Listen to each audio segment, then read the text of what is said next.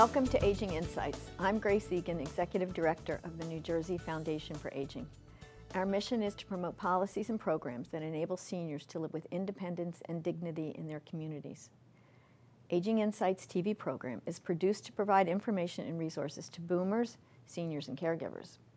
When the Foundation worked on the Elder Economic Index, it was clear that more than 260,000 seniors who live alone or in elder couple households are living in or on the edge of poverty. There are many public benefits programs that may assist seniors who deal with the daily question of choosing between prescriptions, food, heat, and utilities. It is important to know how to access these programs. Today, we're going to look at community services and the pharmaceutical assistance programs. I'm joined today by two experts from the New Jersey Division on Aging Services.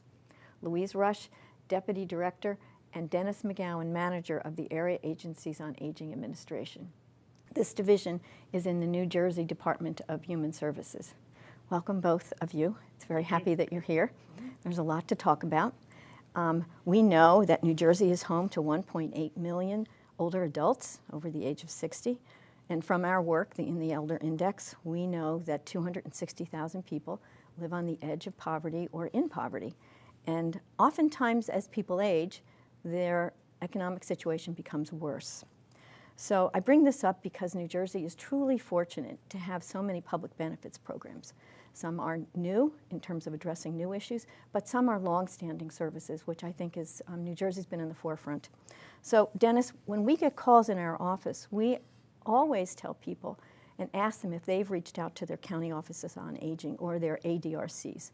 So can you start the interview by explaining what the county offices on aging can, or the ADRCs can offer their callers? Sure, yeah, thank you. We have 21 counties in New Jersey, and every county has its own county office on aging. And they're called different things, so sometimes it might be a county office of aging, disability services, and veterans services, but they all deal with senior issues. And there's 21 of them.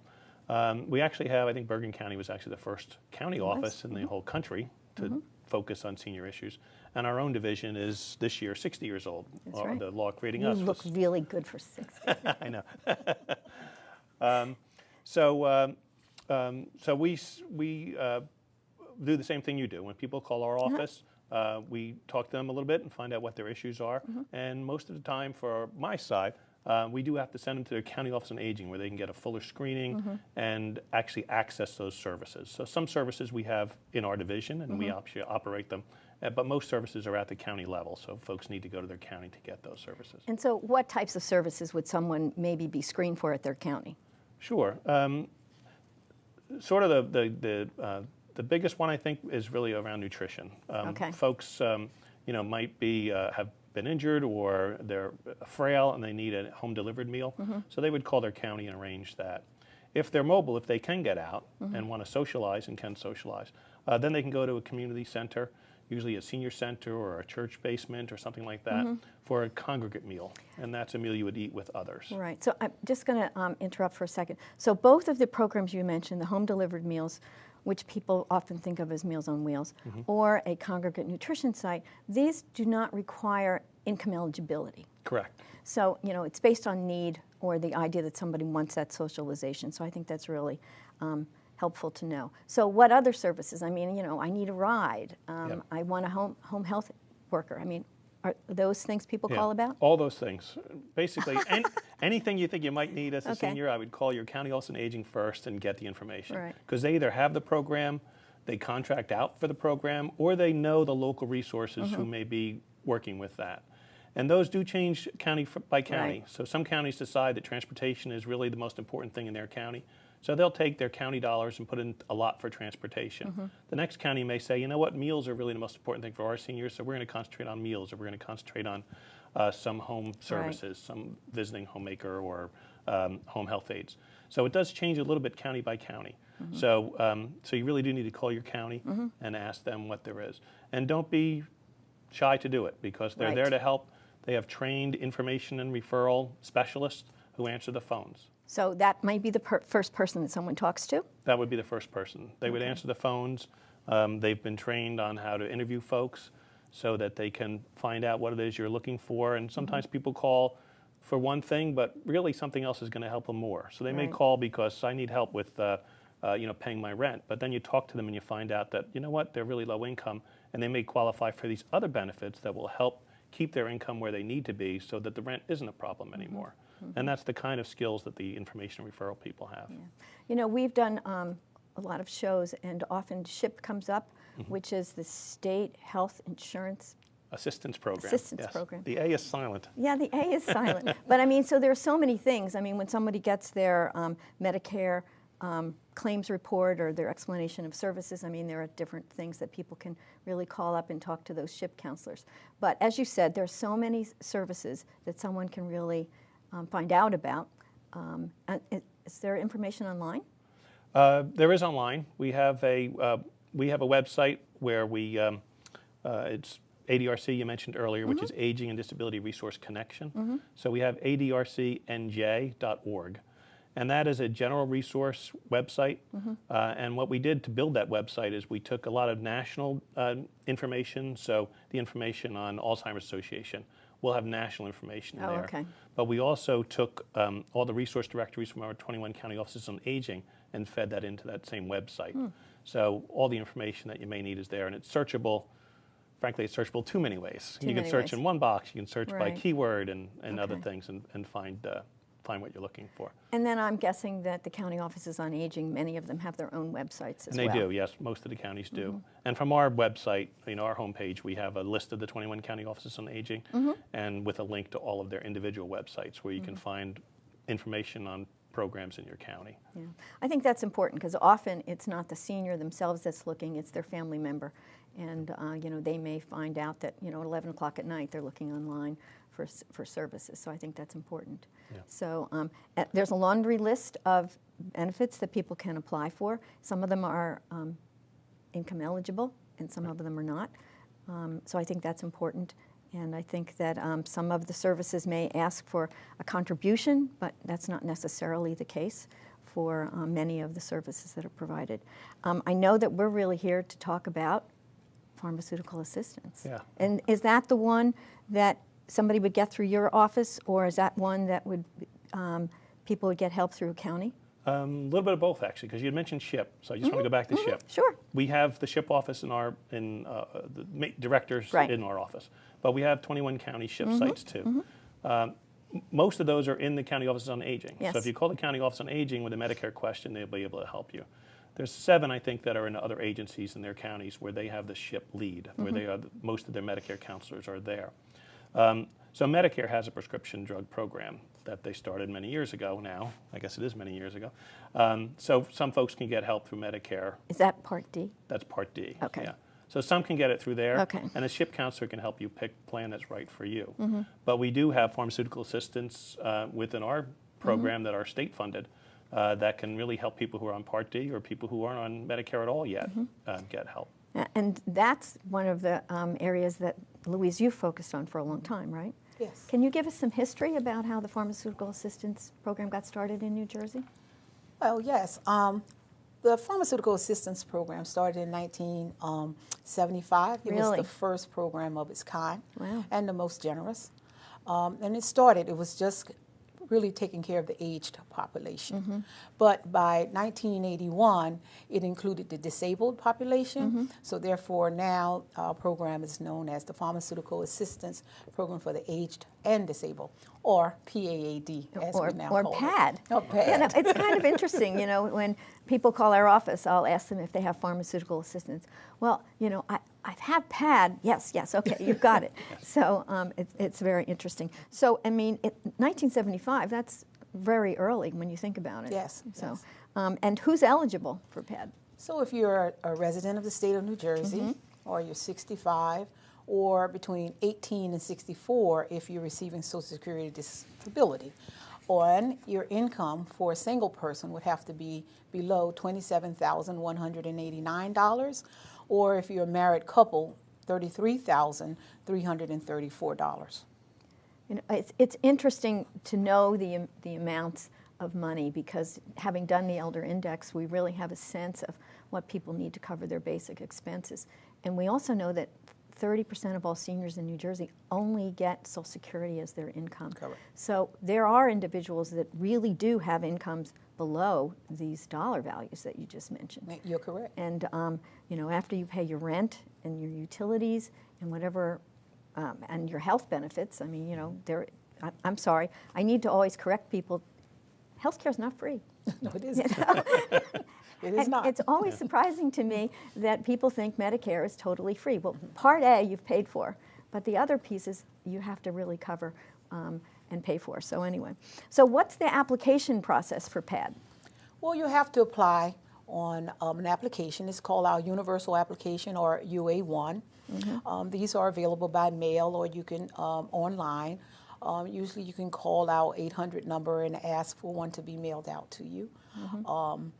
The application, we've changed it over the years. The application now consists of several other programs in addition to the PAD program and Senior Gold program. But there are utility assistance and also Medicare savings program. So because there's income eligibility, people need to feel comfortable that they can tell you that, you know, what their situation is. So there's documentation that's needed? Yes, we like to prove that they are a New Jersey resident, the age. If they filed a tax return, we would ask for that also. And if they have any kind of health insurance, medical insurance, we would ask for them to submit the front and back of their insurance cards. Oh, okay. And so what kind of benefits, once somebody is approved, and how long does the approval process take? The approval process takes about, I would say, 30 days. Oh, okay. And the benefit, if you're deemed eligible, you have to pay a copay. The copay is $5 for any generic drug or $7 for brand name drugs. And we, at the PAD program, we encourage people to join the Medicare Part D plans. As well, so it's two. It's both. Okay. Right.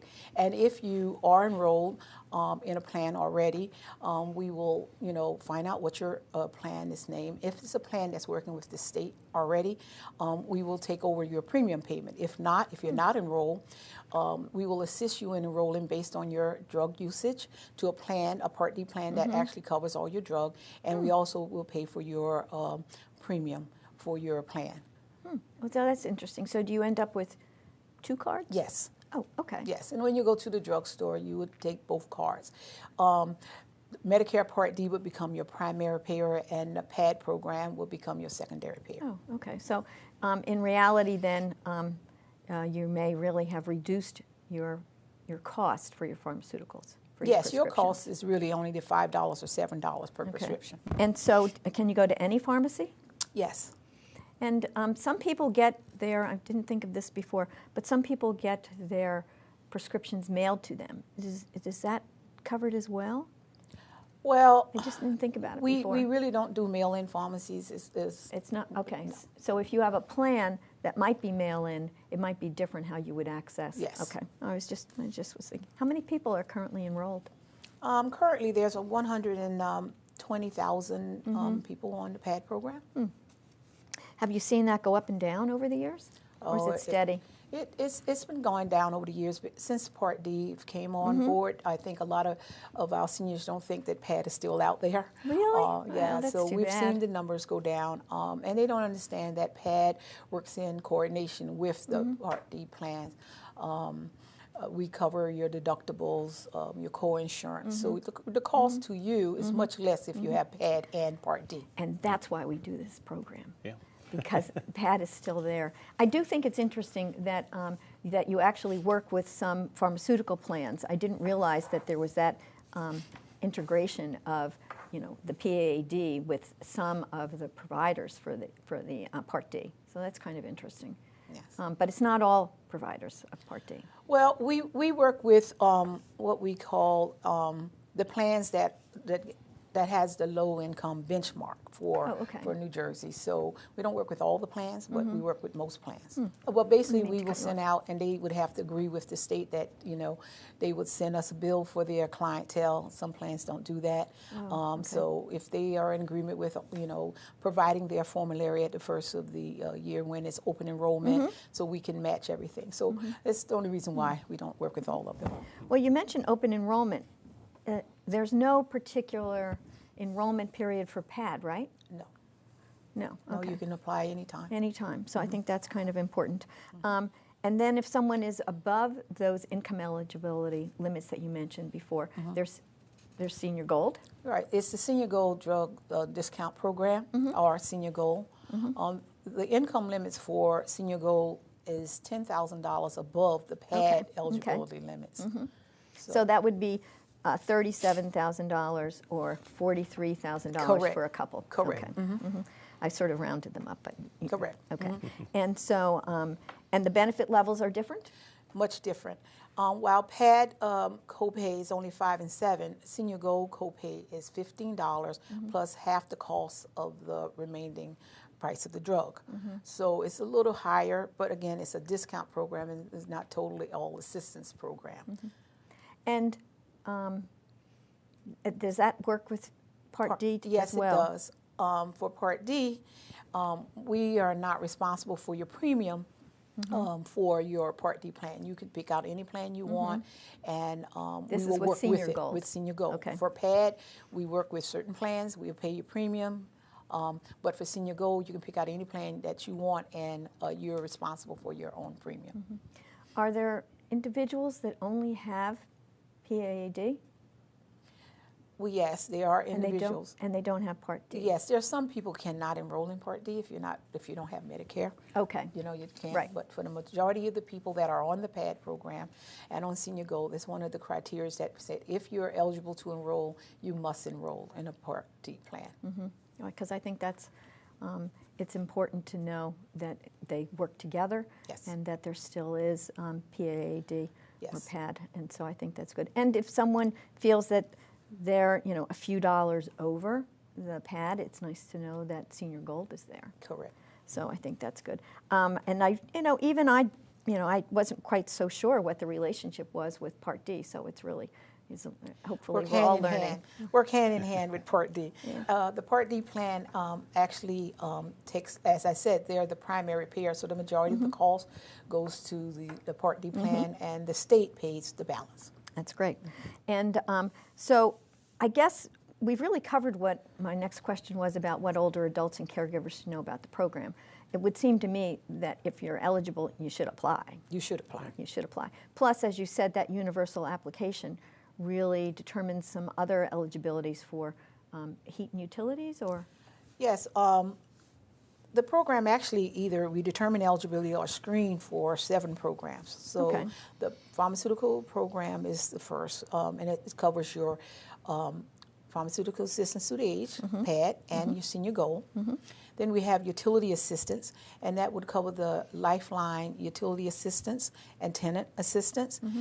We also screen for the Universal Service Fund and also for low energy heat assistance, light heat. Right. And it also covers your Medicare Savings Program, and that's the program that, as you said earlier, you have to pay for your health insurance. It pays for your Medicare Part B premium. Right, if you're income eligible, and that's, I think, very important because people can get help with Part B, which is very nice, so thank you. And is there a recertification? I mean, is this something that you have to kind of keep up-to-date records of who's eligible? Well, you know, with today's technology, we have different databases with, you know, the federal government that we cross-match their income. So unless there is some income that, you know, that we didn't know of, and when we cross-match it, it peaks out. Like you went back to work, for instance. You know, we will send you an application so that you can update your income. Okay, I get it. I think that's important, but so it's good to know that, and if somebody was turned down, I was going to say, you know, we know that as people get further away from their working years, that they may have less assets at 75 or 70 or 80. Do you see people coming back in to apply for PAD? Well, we really don't, I would say, look at the different ages who come in the door. But we do see where people came in the door when they first retired and for whatever reason went back to work and then they were over income again. Right. And so we would either switch them to senior gold or they're totally off everything. Right. But then, as they age, they reapply and they're back good. on. So Okay. we encourage, if you were ever terminated from the program, from either program, to reapply as soon as your income change or Right. your, a life event change. Right, because I think that's important. I mean, it's, those assets, you kind of spend them down, when you're not necessarily getting a regular salary. So I think that's kind of important. So, Dennis, there are a lot of other resources, and so I guess I was recently asked how somebody would know about new benefits or other benefits if they're 85 or 90 and homebound, and so I guess that's kind of an outreach question when you get right down to it. It is, yeah, and as we know, or maybe we don't know. We don't know. That's okay. Advertising can be very expensive. So Yep, it can. buying a one full-page ad in the Right. newspaper may be several $1,000s. So we don't have really advertising budgets just on a normal basis. So we do rely a lot on the counties to do what they do great, which is be in the community all the time. They go to senior centers to make presentations. Right. And when they go to talk about something particular, if it's tax season, they want to talk about tax Right. assistance, they're also there talking about all their other programs. We do have a small grant right now to help promote some of the programs that help people pay for their Medicare. And with that, we did have some advertising dollars. So one of the things we did is we funded 12 of our counties to do specific work to try to find low-income people to sign them up for these benefits. And with that, they have some dollars for advertising. So some of the counties are doing ads on the sides of buses. Oh, sure. They've done placemats in diners. They've done some small cable TV ads or some newspaper ads. A lot of it has really been on promotional materials and things like that so that when they go to fairs, they can promote these programs and have people contact them. At the state level, we've actually, for the first time as a department, we've bought some Facebook ads. So we're running Facebook there you ads. go. Yeah. Good for the caregiver. Yes, that's it. And we're aiming for caregivers and seniors. And You seniors. can say what ages you're shooting for. Okay. So we're shooting for the 35 to 55-year-old and then also for the 65 So and have above. they started Facebook ads? They have started. We've only run them in 5 counties at first. Oh, okay. For budgetary reasons and also Sure. for targeting, because those are seniors with high numbers of seniors and high Sure, number of low-income seniors. But it's been working really, really well. Right. So we're looking forward to the next month purchase. So how would a viewer or their caregiver find them on Facebook? Because I'm just curious, because I have a limited experience in terms of who I see on Facebook. So how would I find That the is the ads? same with me. No, tell us how to do it. Well, the ads will pop up because they're sort of smart ads. So they've figured Okay. out what you've looked at. And if you are a lower income senior or just any senior, or Okay. if you've looked for things for your mom, Okay. there might be some keywords that are in there in the Facebook formula. And basically that'll just pop up in your feed or Oh, on the really? news thing on the side. And then what we're sort of counting is how many people are clicking on them. And I don't have Right. the stats for the first month, Right. but within the first week, we had about 1,000 people click That's on pretty that good. ad. That's pretty good. So, and it takes them right to the UA1 application page. So we don't want to waste too much time between the ad and them getting the application in Right. their hands. Well, I think that's also very helpful that people can find out how to apply right away for some of these programs. And I think that you also mentioned that while the application is not printable, but they can download it and fill it out and Correct. send it in. So I think that's very helpful too. Kind of old school, getting the pens out, filling it in. Yeah. But we are working to try to have it where they can fill it out online and also Right. submit it online. So that's our next step in the journey, to try to make it as easy as we can, Right. so that the caregivers or either Right. the senior self that's tech savvy can just do their thing. Exactly. What's also interesting on Facebook is there's a share button. So your 1,000 could share it with, Correct. Yeah. 5 other people, and then you'd be, up to 5,000. And Yeah, it would yeah. grow. Yeah. So I think that's very helpful. And so I do think there's so many other benefits. Is there anything that you really feel is important for, the caregivers or the seniors that are watching Aging Insights? Because we're fortunate, we have a lot of viewers. Well, I have sort of the two things. One is find your county office on aging. True. Call your county office on aging and find out what they have. They do have their own resource directories, their They do. websites, so everything that you might need might be there. And the second thing is the UA1 application. When you print it out, it's going to be a lot of pages because it asks a lot of questions. It But asks it a lot of is, questions. there's really only like 2 questions per page, but it's in big boxes. We want you to fill them in the boxes. Don't be intimidated by that application. Just get through it and send it in. It does ask some resource questions. I was going to say. And PAD does not have resource limits. It's just an income-based. But the resources are asked for those other benefits we were talking about that help you pay for Medicare. Well, I do think that, you know, as I said in the beginning of the program, there are so many public benefits programs out there in New Jersey. And some of them are historical. I mean, starting prescription assistance in 1975, you know, New Jersey was really ahead of the curve. And so I really think that there's so much that people shouldn't sit home wondering how they're going to pay that next bill. Yeah. They should be reaching out and, as you said, call their county office on aging. And we always offer the hotline numbers at the end of the show too. So I really appreciate you being here. It was a wonderful discussion. I know we're all a little intimidated about the cameras, but you know, it really came together well. So thank you very much. So, Thank you. so this was Aging Insights, and we are produced by the New Jersey Foundation for Aging. We want to remind you to find out about senior services that we talked about today, to contact your county office on aging. You will see a listing of their numbers on our website or on the state website, and you can use the state hotline number to find out how to get directly to your county office on aging, and that's 1-877-222-3737. Or you can reach out to PAD, PAAD, or Senior Goal directly by calling 1-800-792-9745. Thank you for watching this episode of Aging Insights, and remember, aging is everyone's business.